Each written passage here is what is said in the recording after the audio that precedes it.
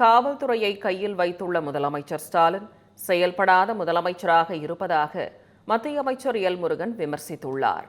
இது தொடர்பாக ஈரோடு மாவட்டம் சத்தியமங்கலம் அருகே உள்ள பண்ணாரி மாரியம்மன் கோவிலில் சுவாமி தரிசனம் செய்த அவர் தெரிவித்த கருத்துக்களை பார்க்கலாம். சிபிஐ இந்த வழக்கில், அதாவது சிபிஐக்கு தமிழ்நாடு இது ரெண்டு விதமாக இருக்குங்க. ஒன்று அரசாங்கமே சிபிஐக்கு கொடுக்கறது, இன்னொன்று கோர்ட் உத்தரவிட்டு சிபிஐக்கு கொடுக்கறது. அதனால் சிபிஐ நடத்துறதுனால அது மக்களுக்கு உண்மையாலுமே கரெக்டான நீதி கிடைக்கும் என்பத அந்த கோணத்தில் தான் நம்ம இதை பார்க்கணும். ஒரு பத்திரப்பதிவு கட்டண உயர்வு, இப்படி அனைத்து கட்டணங்கள்லையும் கூட மக்கள் மேலே ஒரு பேரிடியாக இருக்கிறது.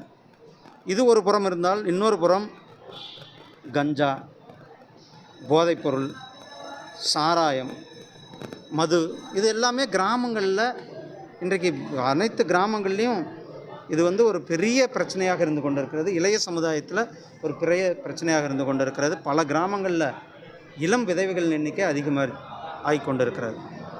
இதெல்லாம் தமிழ்நாட்டில் இந்த திமுக அரசாங்கத்தினுடைய கையாளாகத்தனத்தால், இந்த திமுக அரசாங்கம் சரியாக ஆட்சி பண்ணாதனால இதெல்லாம் நடந்து கொண்டிருக்கு. இன்னொரு புறம் சட்டம் ஒழுங்கு.